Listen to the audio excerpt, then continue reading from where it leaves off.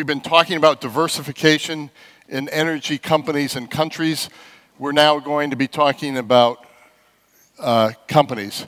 One of the most important NOCs, national companies in the world, Mubadala, and one of the most important international oil companies and international energy companies in the world, Eni. And we'll be talking two strategies by two very different companies being employed to manage an increasingly diverse energy system. The two leaders who we've brought together this afternoon, and I'll invite them up in a minute, are Musabbeh Al-Kaabi, the Chief Executive Officer for Petroleum and Petrochemicals at the Mubadala investment company. Mubadala is active, if I'm not mistaken, Musabbeh, in 50 countries, 100,000 employees, little company. And Claudio Descalzi, CEO of Eni, and Eni is operating in more than 70 countries, is doing exploration and production in some 50 countries. Claudio, is that right? He's been in the business for 39 years. And so I said to him backstage, oh, so you started at age 3, I guess. So with that, it's my pleasure to invite to the stage Musabbeh Al-Kaabi, Chief Executive Officer, and Claudio Descalzi. Stay in the middle. Stay in the middle. You can go on the edge. There we go. So I'm going to start by asking both of them a broad question, where I think they'll have quite different answers, but I'll start with Musabbeh. And first of all, thank you for your partnership in the third year of this Global Energy Forum, where we're setting the agenda. It's a hard agenda to set because the energy sector is changing so rapidly. So I'd love to have your view of what you think the major changes you're seeing globally in the energy sector, and then how that's influenced your strategy, how your strategy has changed in the face of those global changes.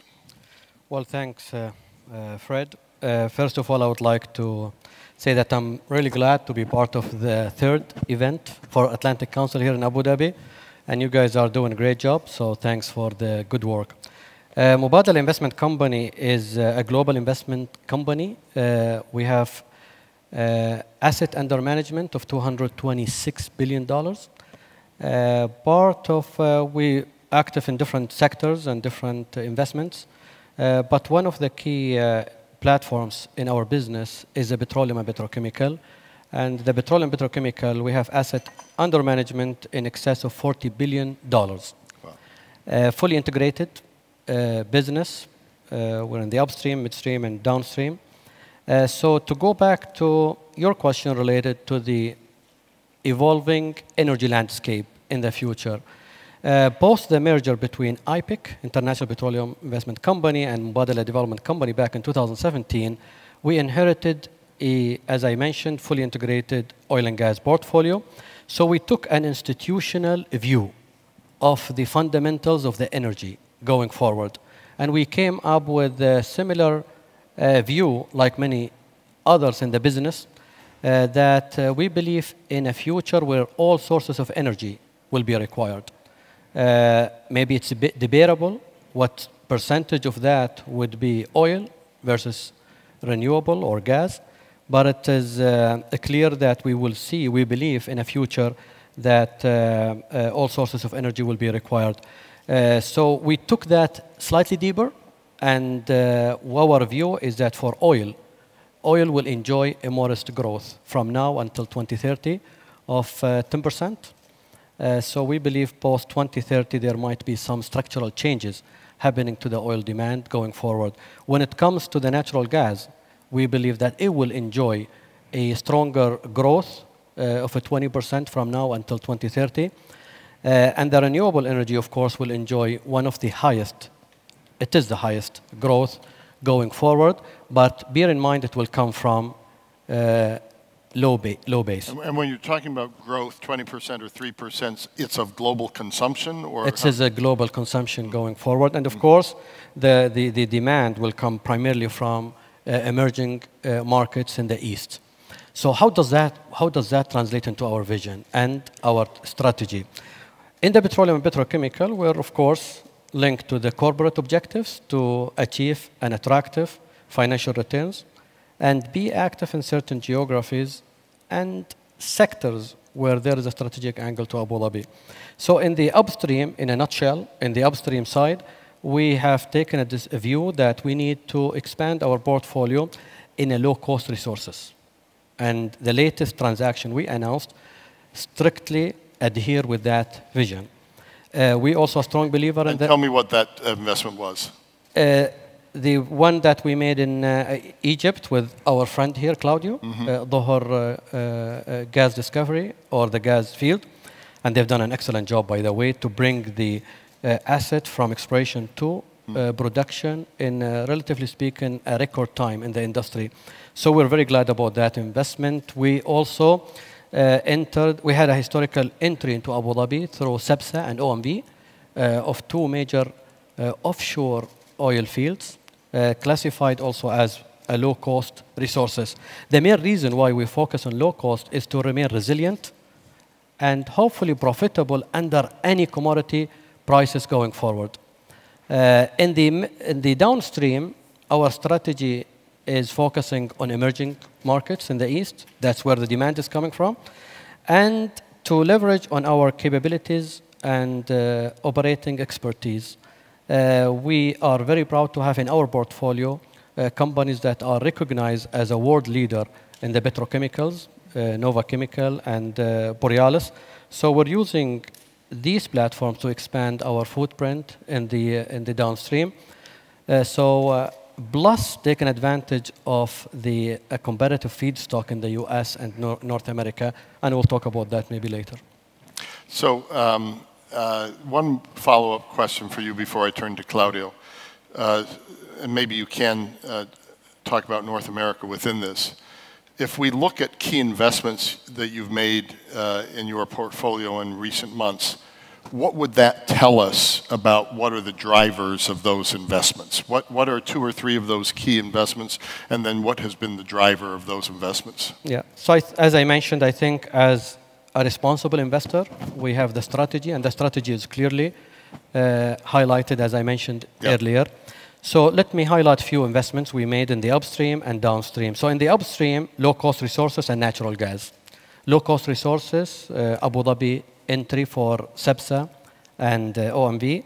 And also Mubadala Petroleum made a historical entry into Russia with Gazprom Neft. So these classified as low-cost resources. Natural gas, our 10% acquisition of the Shuruq concession in Egypt. A remarkable success, as I mentioned, by ENI, and we're very proud to be part of that. Also, we made a significant progress in Mubadala Petroleum operated field in Malaysia, and we're expecting first gas hopefully in 2021. So we're making an excellent progress in that. So this is the upstream part of the portfolio.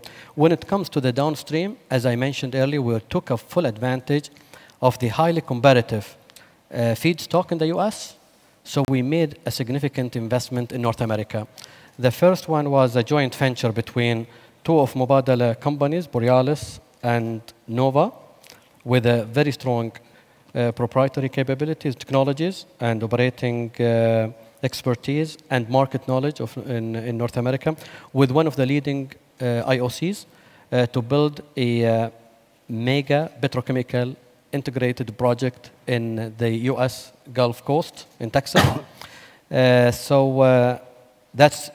one of the projects, and the other one is a $2 billion investment in Canada, taking again advantage of the highly competitive feedstock in that part of the world.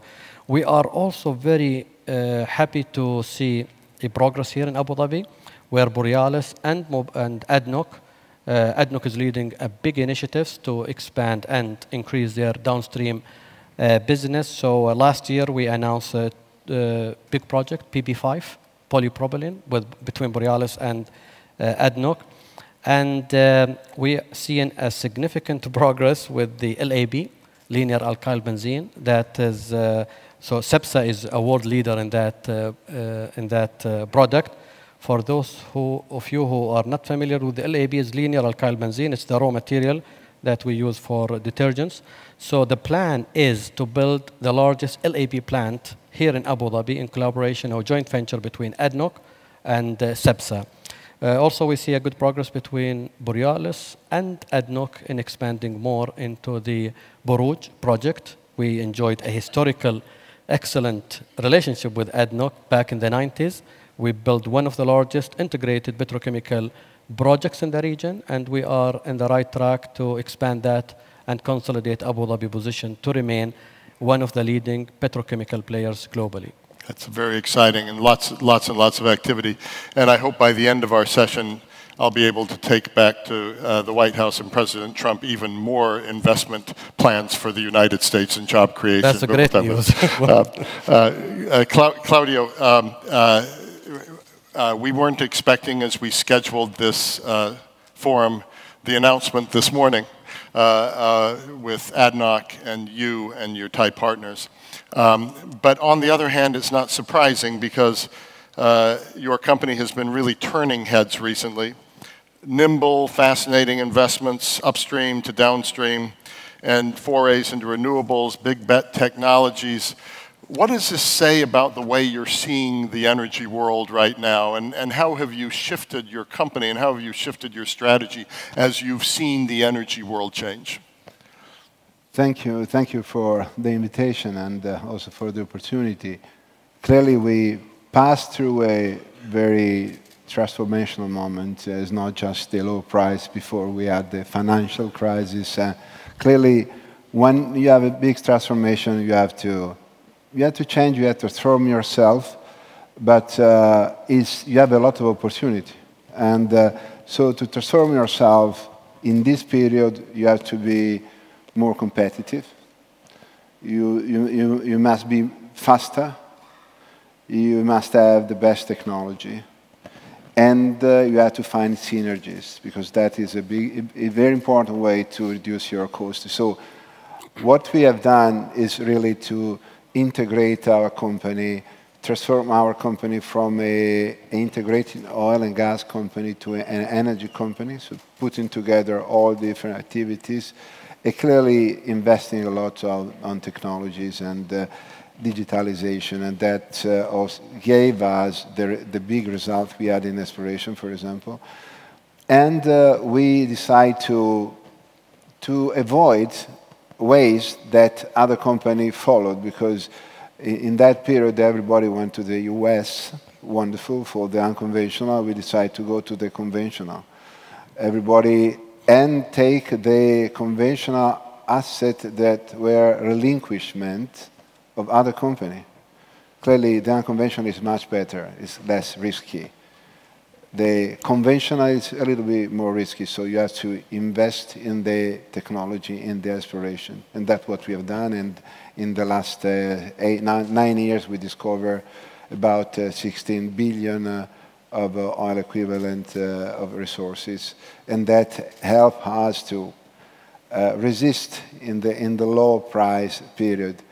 So I think that during this transformation, the shift became a full integrated energy company, not just oil and gas, and try to go to a different direction, different place where the other decide not to go, so the competition is less. And the example was Egypt, but also Ghana, Angola, Gabon, or Indonesia, or everywhere. Then we discovered so many reserves and resources at a very low break-even. That is the reason of competition, so you can survive also with the low price, that we decided to expand our center of gravity. So 4 or 5 years ago, we started working hard with Mubadala, with ADNOC, with Oman, with Bahrain, with other countries, with Mexico, really to expand our our reserves base, and we have been successful. So we signed, only this year, we signed 3 big contracts in Abu Dhabi, and I hope that we're going to sign something else. And I think in the next days we are going to do the same in other countries. In Mexico, we won 6 big blocks, and we discovered in practically in 12 months more than 2 billion barrel reserves, and last year, and we want to start production in 2019. So with a time to market about 12 months. So I think that the transformation was to enlarge our scope of work, but also to do different things and try to be in places where the other company decide to leave or give up. So that was the secret of the success of the last 5 years. Let me ask you a question that's more of a management question, if you would, and then I'll come back and ask a version of this question to Musabbeh as well. You're the CEO, but you have a board. You've made some bold bets lately. You're taking some interesting decisions. Where do you have pushback from your board or key stakeholders on your approach right now? And how is it different in a gas-driven world? Because we're getting into more, if I'm not mistaken, gas-driven than oil-driven world. Is it different running a company that is focusing more on gas than it is a company that's focusing more on oil? I had the chance to start this transformation with a new board, fresh new board. Clearly the secret is to take over and be transparent and inform and discuss and explain each single step. So it's not just the board meeting, but also a training, a meeting that you have very frequently, because we took a different way. So we start intense investment, or also investment and realization in renewable, in our producing asset, replacing gas consumption with renewable.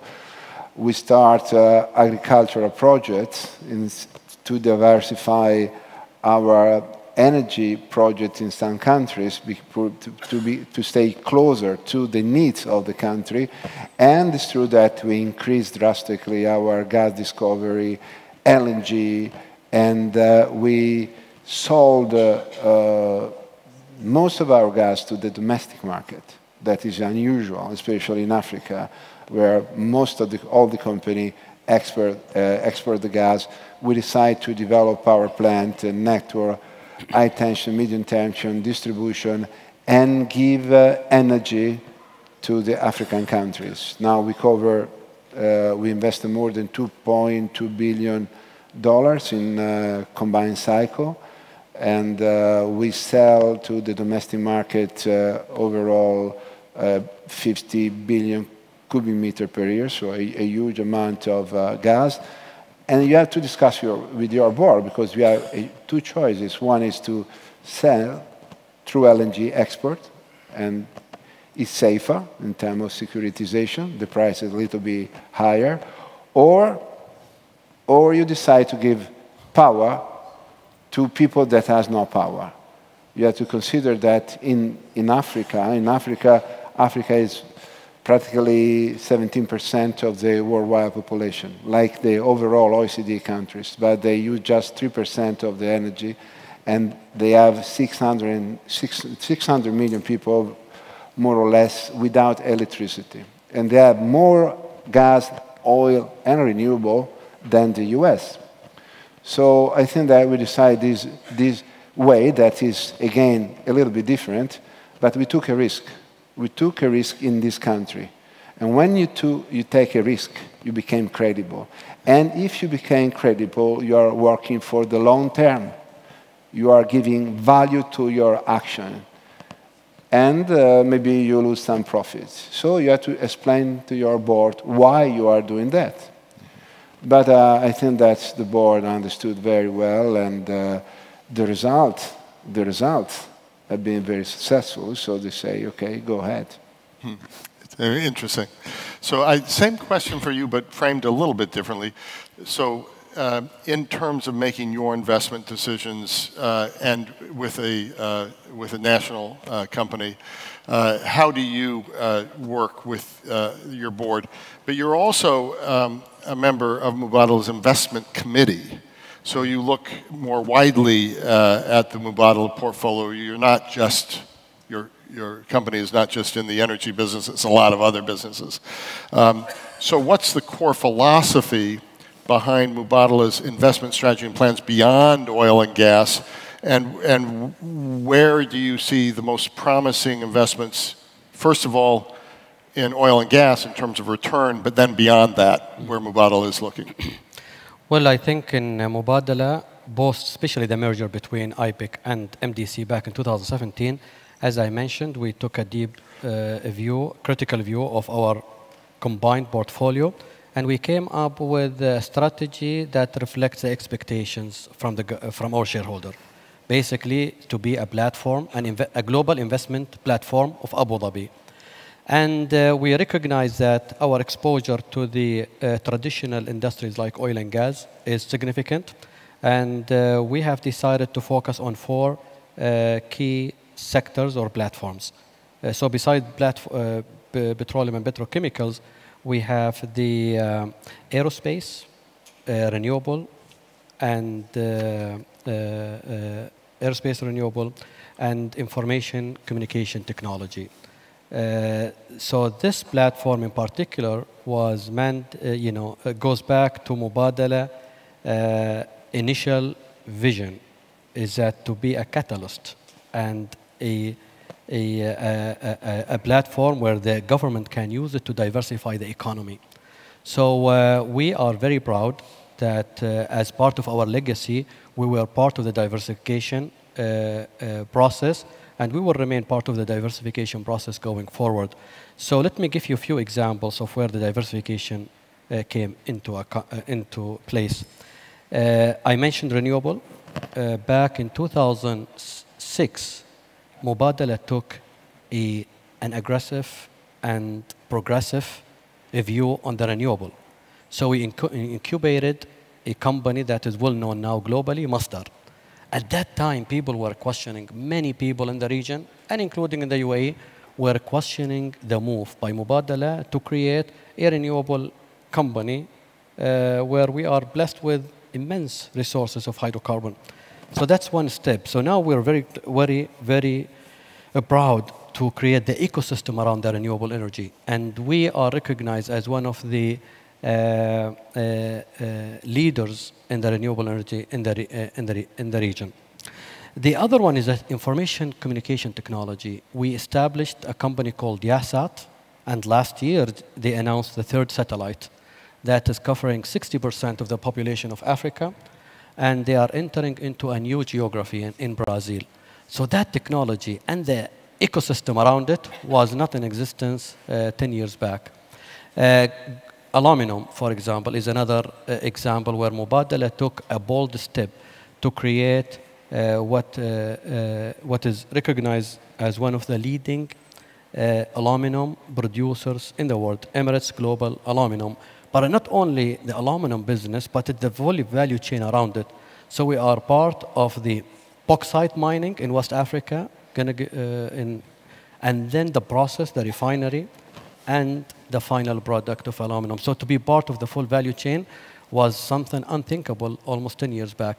So historically, we have created the right, I would say, strategic initiatives to create these sectors and businesses in the UAE, and we will remain active. But currently going forward, to go back to your question, what part of the portfolio really excites us? And I would say by far is the technology part.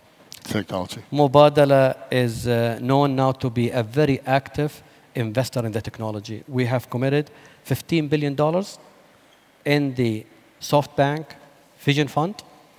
We have also committed 400 million fund in Europe to invest in European technology companies and SoftBank became a strategic investor with us in there. So we have a deep conviction that the technology will reshape everything around us.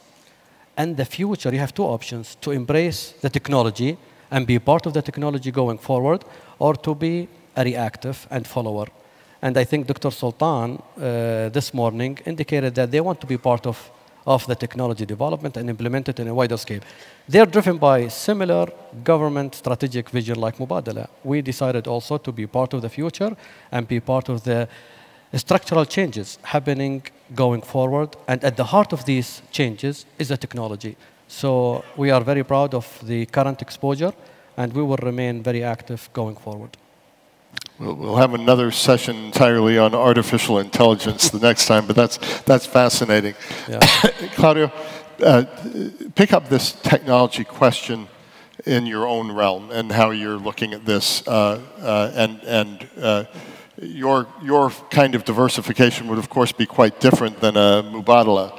But last year, at this Global Energy Forum in Abu Dhabi, we showcased Commonwealth Fusion Systems.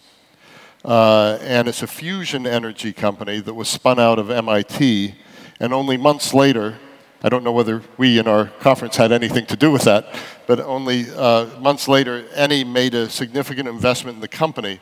And I would say 5 years ago, one wouldn't have ever thought Eni would be investing in Commonwealth Fusion Systems coming out of MIT. So maybe you can talk specifically about that investment, but more largely how you're viewing technology investments in your field. Yes, I think that we have to look at the future, and this clearly we are passing through a transformation also in the energy mix, and we have to consider the environment, we have to consider the emission, the CO2 emissions, and the pollution in general. So the package of transformation is made by something that you can do today, and on mid-term or long-term fusion is something that really is targeting the next 25, 30 years, and if it's working, because it looks now to be in a different stage in terms of containment of the hot and the pressure that we generate when we transform it in helium, and we create a lot of energy. I think that that really will be the future and the best future, because you use heavy water, and with a bottle of water you can generate 500 megawatts for 1 year, and that is what is happening with the fusion. And there is no pollution, there is no residual, no waste material, and it's just really a matter of magnetic containment of the magma, so of the plasma, sorry. So that is really something that is progressing with the new technology, with the new material. And we saw that that is something that, as a big energy company, that we as a responsible company, we have to invest in this kind of complete different kind of energy. But we are investing, especially now in chemicals and refinery, in the west of fuel with proprietary technology. That is an area we invest a lot in technology in E&P. Clearly, that is our core business. But the transformation of waste material, especially in Europe, organic material, but also inorganic, so polymer and plastic, that is one of the main issues. But we started a new plant in Gela just a few days ago for organic materials that is produced bunker oil that you can use immediately for marine operation or as a feedstock for the biorefinery. We transform normal refinery into biorefinery with our technology again, but not using palm oil. We use a second generation that something that is a feedstock not in competition with food, that is cooked oil. And the third generation, that is what we are using now, expanding, that is organic materials. So And we work on chemicals to transform the plasmics. Plasmics is the portion of plastic that we are not able to retreat or treat again in your plant, is what you find then in the seaside, to extract hydrogen that we use in our biorefinery. So the technology that we developed in the last 4 or 5 years are essential to transform our company, respecting the environment, reducing or putting at zero the CO2 emission. And that is not enough, because our aim is to be completely carbon neutral. Means we can use oil and gas. The problem is that you don't have to create, or you have to reset your emissions. So we are working on clearly, as a lot of company, on the CCUS, but we are working a lot with natural things, so the conservation and reforestation, but not just buying credit, as most of the company does, but as a developer. So we have acreage where we make conservation and reforestation to create credit. We buy the credit and we reverse to the population part of the revenue to develop in different kind of activity, like agriculture or health. So I think that is a different model, that is use technology but give a lot of returns to the population, to the society, and to the environment. Fascinating. So I'll ask you this question first, Claudio, and then I'd love to have Musabbeh take a look at it from his own perspective, because I think the answer has to be different from your two stools. $40 oil price, $100 oil price, how does it change what you do? How does it shift where you are? And maybe embedded in that question is your view on peak oil. So $40, you say? Yeah. Changed a lot in the past. Clearly, what we have done is to be able to, that was the reason why we were not looking at the oil price, but we were looking at our cost base and how we can be efficient and develop our resources also at $40. Our E&P break-even is less than $30 break-even price. So the reason why we decided to work on exploration so intensively and grow organically, because that is the only way to have a low break-even. Because if you buy a barrel, you pay what you buy, and it's very expensive because somebody took the risk. You had to pay the risk. But when you take the risk and make exploration, our exploration barrel cost now, in the last 3 years, was 80 cents per barrel discovered. If you buy the same barrel, you have to pay between the amount $6 and $12, maybe also $18. That is the first brick of the construction of your break-even. Then you have your operating cost. And then you have to be very efficient, because in our area, we operate at $6 per barrel. In North Sea is 12, in Gulf of Mexico is maybe more. So the operating cost is very important, because we have to add the 80 cents to plus $6, and then you have your development cost. And your development cost must be very, very low if you build a company where you are not in the hand of everybody, but everything is in your hand and you can control. So the control is very important. Our development cost is $11 per barrel, so 80 cents plus 6 plus 11 is something below $20, plus royalties and taxes. You can have a break-even less than 30. So the oil prices can be jumping up and down. It's not just linked to the supply and demand, we know very well. It's also linked to the geopolitics, it's linked to a lot of stuff. But if you want to develop, you must take care about your cost. You must be efficient. Your time to market must be very short. If you find a barrel, you cannot wait 10 years before getting it, otherwise your internal rate of return is dead. So the time to market, control your operation, control your cost, organic growth, competencies. That is the answer to live also at $40 or $30 per barrel. Thank you. Answer. As an investor, we are more focused on the stability. Yep. I mean, we don't look at the absolute number more than if we have predictability and certainty on the oil prices going forward, it will make our life much easier because I'm confident that there are many profitable projects at $40, and of course there are many projects profitable at 100. But what fluctuations in the commodity prices as an investor create an opportunities. And I would like to share with you one story that Abu Dhabi took a bold step at a time of crisis. Back in 2008 and 2009, during the financial crisis, Abu Dhabi identified a petrochemical company called Nova Chemical. That company is well established in North America, almost bankrupt.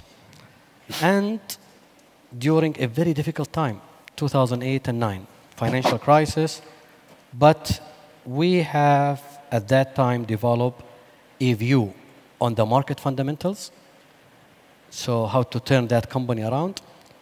Plus, they had, some of them, not all, had a view on the share revolution. It was big debates at that time to take such a bold step, but yet Abu Dhabi took that decision and acquired the company at the time of crisis. And now we're very proud that that company is one of the leading petrochemical companies in North America.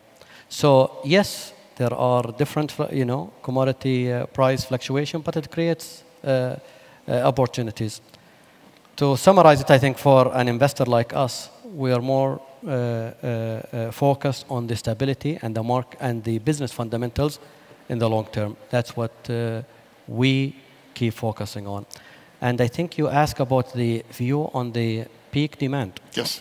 So in the peak demand, as I mentioned earlier, we took a deep institutional view. So we are on different models. And with the different scenarios where the EVs, electric vehicles, will take a bigger share. So we came up with 3 scenarios.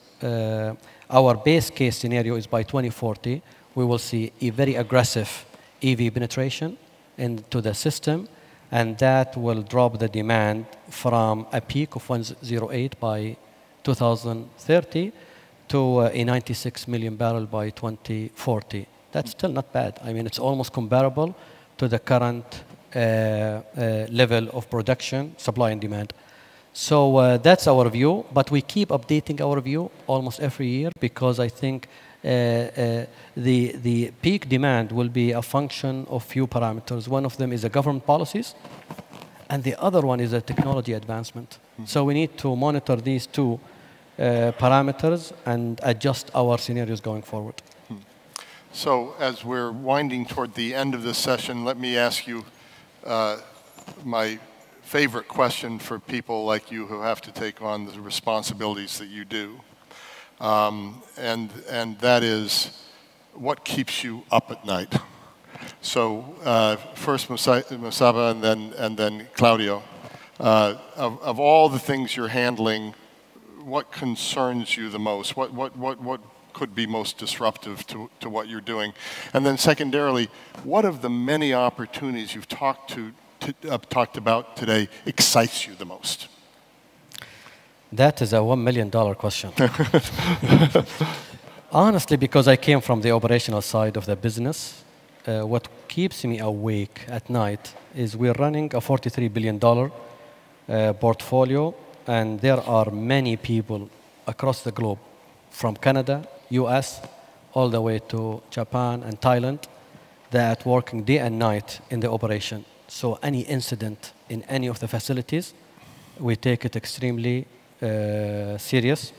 And we adopted a theme in Mubadala that safety of our people and our facilities is a core value. And we're not going to compromise regardless what the oil price or the commodity prices. we always remind our people that safety comes at the top of anything we do. So that's really what keeps me awake in the, every night. What excites me is the technology going forward. And I've been in the industry for almost 20 years. And I know that this industry is inherently very innovative. And I'm positive on seeing the right technologies being deployed in the industry to improve the safety, plus mitigate the climate change and the emission in the future. So I'm very excited about technologies like carbon capture and see the potential of that being deployed in a wider scale in the industry. And we keep saying that oil and gas is not bad, emission is bad. And that's what we need to focus on, is to find the right technology that will minimize this in the long term. So that's really interesting, that of all the energy technologies that you could have picked out right then, solar, battery storage, et cetera, photovoltaic, you came up with carbon capture. That's me personal, not the institution. The institution is very active in all the other technologies, the artificial intelligence, the autonomous driving, for example, with our investment in DD and and Uber. So at least I'm talking about the industry I came from. Carbon capture has the potential to minimize, I think, the impact in the long term. And it will put the industry at the forefront to be more proactive instead of reactive. And the narrative, unfortunately, in the climate change is being controlled by the politicians and the media. And it's time maybe the industry needs to take a stronger position and more proactive position going forward. Interesting. And Claudio, what keeps you awake at night? What opportunity excites you the most? First of all, I sleep all the night, so I sleep. But in terms of priority, point of attention, I think I have three main points, and I share what Gustavo said. The first point is safety, because we have operation worldwide, more than 60 countries, so we have a lot of people everywhere, a lot of people that is working. So safety of our people and integrity of our asset is really my main concern. So it's something that we control with our people day and night. So somebody is sleeping, somebody is controlling that. And you are active in some tricky parts of the world, some challenging parts. No, I think that is our standards are the same everywhere. So really, asset integrity is one of the main points, especially in the downstream, to be sure that your people is safe. Clearly, with the digitalization and with the sensors, digital twin, and the possibility to centralize the control, that is much, much better, because you are really, in every moment you can control everything.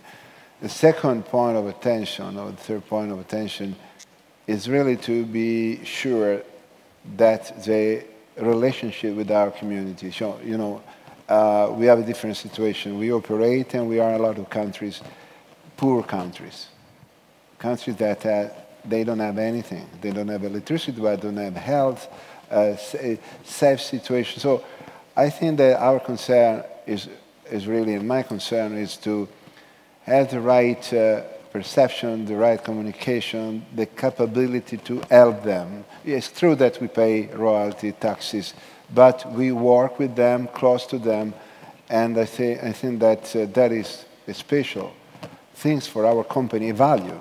So you have to work with value. We cannot work just for the profit. Is to pay attention and work and try to help at the best all the community that are our host. We are guests, and we have to remember that we are guests. So that is another point that I think is essential to create value long term and give values to your company.